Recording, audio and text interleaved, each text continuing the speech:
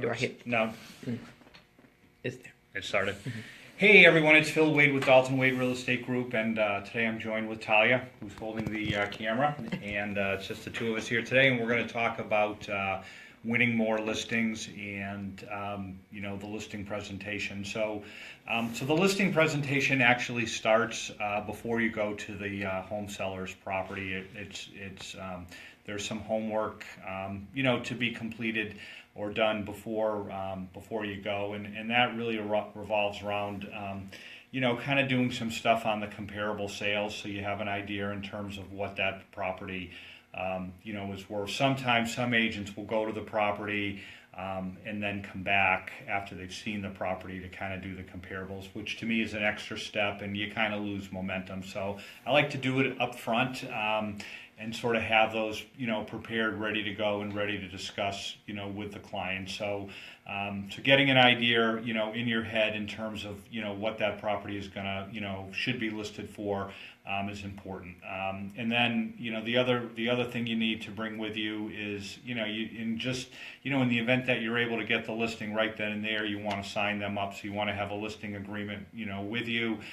You want to have the lead paint, the seller's disclosure if it's a condo, the condo rider, if it's an HOA, the HOA rider, all the documents that client potential client is going to need to complete. So you have them right there with you, and then anything on yourself, any additional collateral, maybe your Zillow reviews, your Zillow sales, anything that's going to help promote you. You're going to bring with you and take the client through that.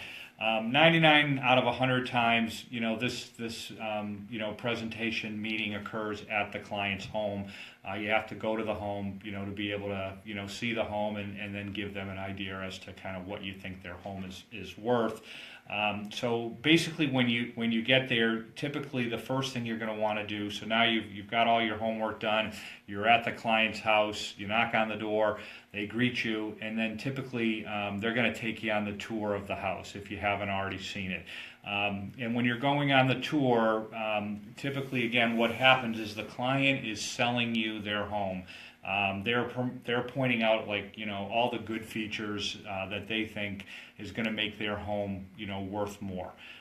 So they're selling you the house, but you're kind of taking in the roof, the AC, the electrical panel, the windows, the bigger ticket items, the flow of the house, to kind of come up with even though the comps, a house two doors down, sold for $300,000, very similar to this house, but everything was updated, new roof, new AC, and this house lacks, a little bit of those updates, so the house is going to be worth, a little bit less. So you're just in your mind, kind of updating that CMA so that because at the end of your presentation you're going to get into the conversation about what the house should be listed at. So they're going to take you through, you're going to look at it, and then typically you're going to sit down with them either at the kitchen table, the dining room table, and then you're going to take them through your presentation as to kind of what you're going to do, how you're going to market their house, and how you're going to work together. So we've actually got the presentation here. I'm happy to share this with anyone that's interested. You can just email me at Phil at daltonwade.com, or PM private message me through Facebook, and I'll email this to you. So basically what I like to do is I like to do some top level market stats for the client to show what's going on. This can either be done at the zip code level, the city level, and usually there's a price range. I've kind of kept this a little bit generic, but this was actually a listing one of my agents went on in Valrico. I believe it was between, and based on your comps, you come up with this range. So there's 114 properties for sale, 79 under agreement, and 397 properties that have. Talia hit the pause button. Hey, we're not trained video people. We're real estate agents. But anyways, we're back. So again, 114 properties for sale. 397 sold in the last 6 months. So what that means, so the market is considered neutral. It doesn't favor the sellers or the buyers when there's 6 months of inventory. Here, there's less than 2 months of inventory. So it's very much a seller's market. And you want to explain this to your client, because what it also means is that if the property's priced right, it'll sell in 30 days or less because there's nothing for anybody to really buy. But if it doesn't, it usually is an indication that the property's overpriced, and maybe an adjustment in price at that point needs to be done. So, and again, there's only two reasons why a property doesn't sell: overpriced or poor marketing. Hopefully, there's no poor marketing out there. So you're going to give them kind of that top level view of what's going on. Then you're going to get into sort of what you're going to do. So you're going to, give them a recommendation on the property price, what it should be listed at. Usually I tell them, it's kind of a joint decision. They're the boss, but we're going to come up with what we think the property should be listed at. That'll be done at the end of, the presentation is kind of the last thing. You're going to professionally photograph the home. This is very, very important. The internet is very, very visual. The photos are critical to bringing the buyers in. As a listing agent, you can't make people buy the house. Your job is to get them there. If you bring them in and they don't buy, well, that's you did your job. You got them there. You got the traffic. You got people looking.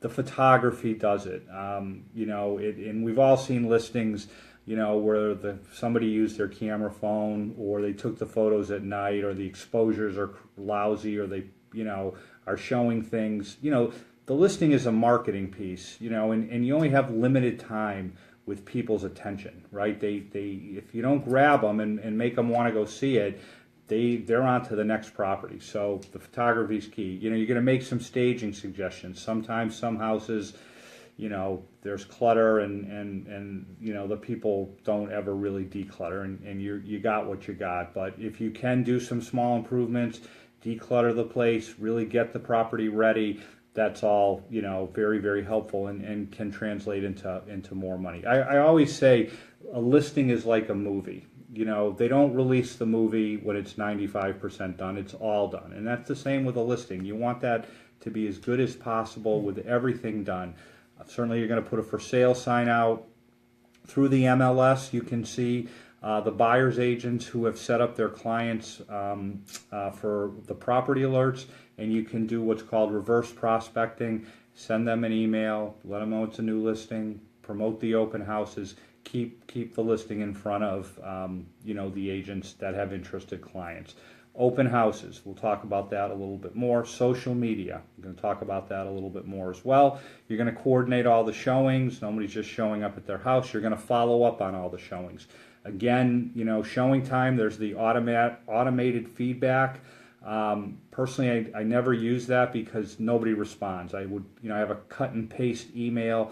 What'd you think of the property? What'd you think of the price? The price is, again, the most important thing. And I found about half the agents would give me feedback, and I'm able to pass that on to my client. Feedback after the showing. You're going to negotiate all the offers. You're going to tell them, and hopefully this is true. I can tell them because it is true. I'm an awesome negotiator.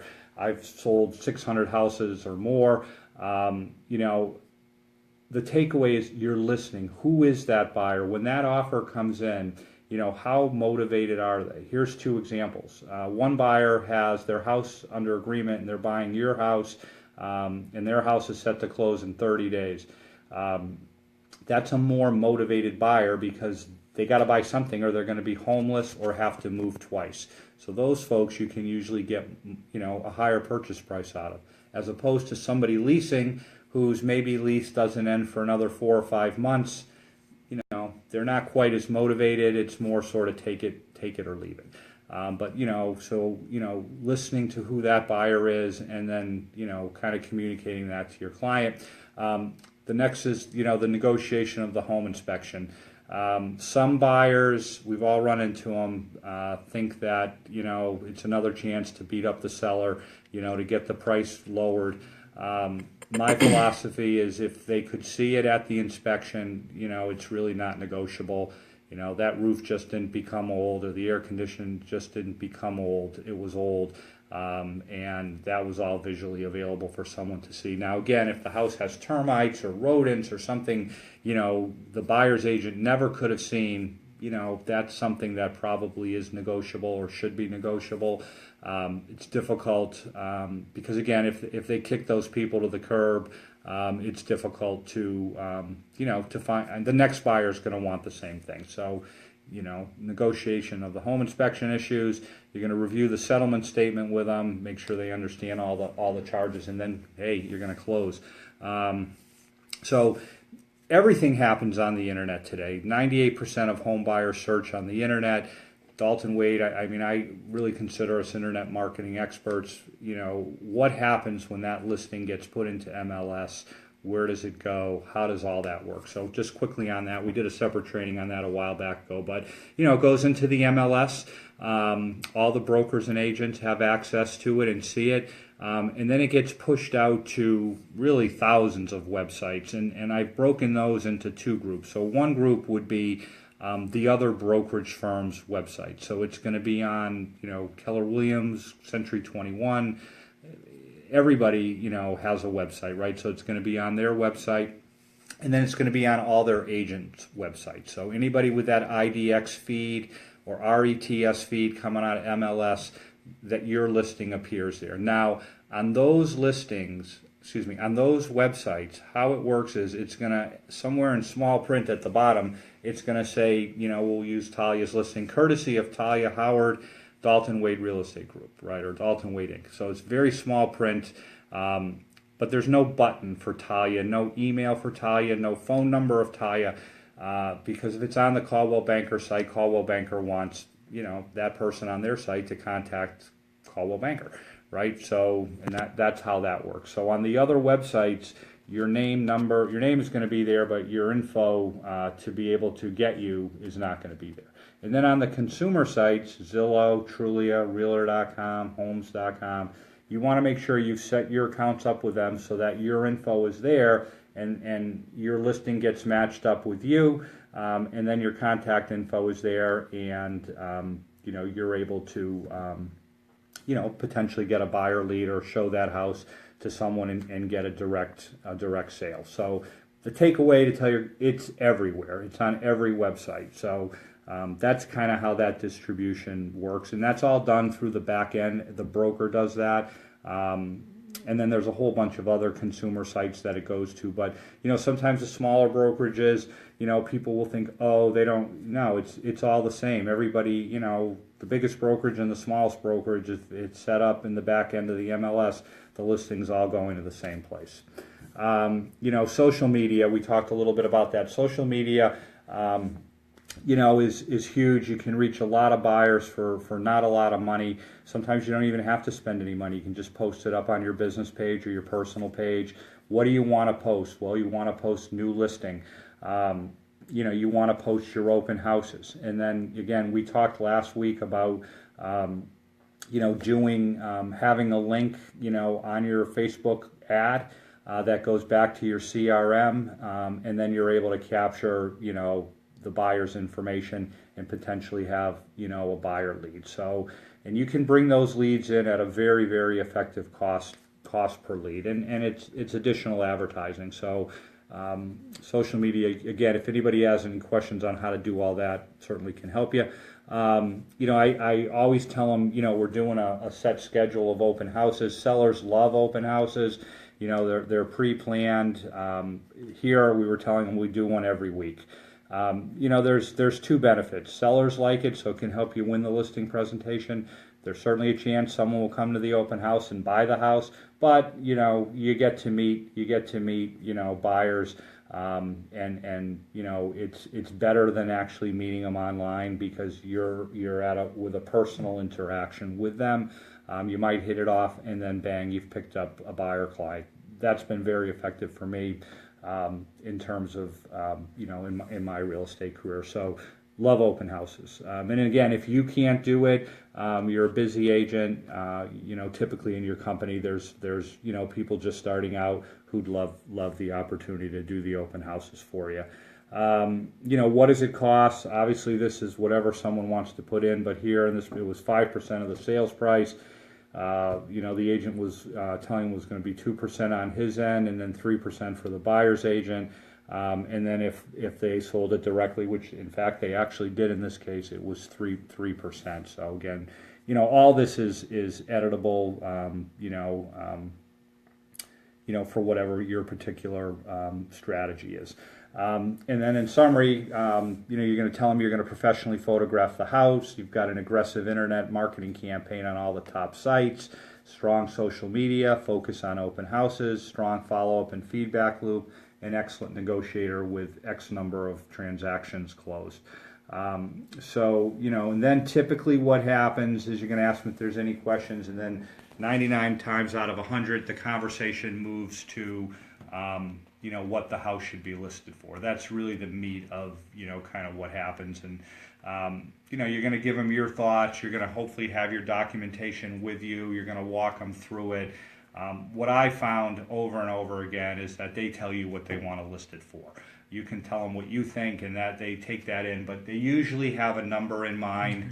And it kind of goes like this. If they're close, and usually they want to start higher than maybe what you're recommending, that's fine.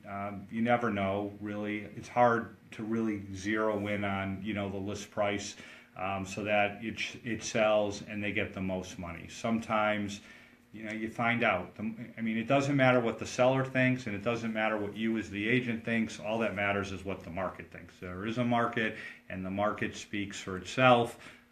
Couple quick examples. I had a listing, that I recommended $439. They said $459. The $439 came off the comps. They weren't too far away. I was fine. Let's just do it. $459 it went out at. First week, 2 offers in the $450 range. So I would have probably underpriced that house. So sometimes, the comps, especially in a market that's going up, you can try. And then another time, house listed at $269. But for the first month, we did the open houses every week. We probably, between the open house and the appointment showings, had over 50 people through, no offers. Now, is person 51 going to make an offer? Highly unlikely. So in that case, the market's speaking the other way. The price needs to come down. We lowered it a couple more times, and eventually it sold. So you got to just sort of prepare the client for what's going to happen, so that it's kind of all thought out up front, and you're not going to them and saying, oh, let's lower the price after a week. No, you want to see what the market says. And, you can tell if you're getting a lot of traffic and you haven't gotten an offer, or you've gotten a lowball offer, typically you're not far away from what it's going to sell at, but it may need a little bit of an adjustment. And then conversely, sometimes you'll be at, 300 and they want to list it for 400, and that's way off, and they're really probably in the dreamer category. You have to ask yourself, do I really want to take that listing? Because what ends up happening, listings that are way overpriced, nobody comes. Like your open houses don't get much traffic. Nobody's contacting you off your, directly on the internet. So some of the benefits of having that listing aren't there. So sometimes if you're really way off, or you kind of think that, this is going to be a tough road, you might decline taking the listing. Always err on the side of taking the listing, because you never really know what that person's, when you first meet someone and you get their listing, you don't really know them all that well, but after time, you get to know them really well, and then, they start to open up to you, and, most people are, are homeowners, they're fairly smart, and, if they see you're doing a good job, you're doing all the things you said, no one's coming through, or it's minimal in terms of, usually they get the hint that they need to lower the price. So again, if anybody wants the presentation, happy to send it on. It's phil@daltonwade.com, or, message me through Facebook. Thank you. Any questions? Yes. Cliff had a question. Was saying, what was the best way if a listing, the inside of it is rough and you really can't take interior pictures? What's the best way to handle a listing like that? Well, obviously you want to have a few pictures. Certainly you're going to have the external pictures. You got to just do the best you can with what you got. Sometimes, there are houses that, are not, not as nice. They still need to be sold as well. You show a few pictures, and then, maybe in the verbiage you talk about, fixer upper, or, home, could show better. But, again, it's getting that pricing right, and, sometimes the cards you're dealt with, they are what they are. Okay. Any other questions? All right. Thank you for tuning in.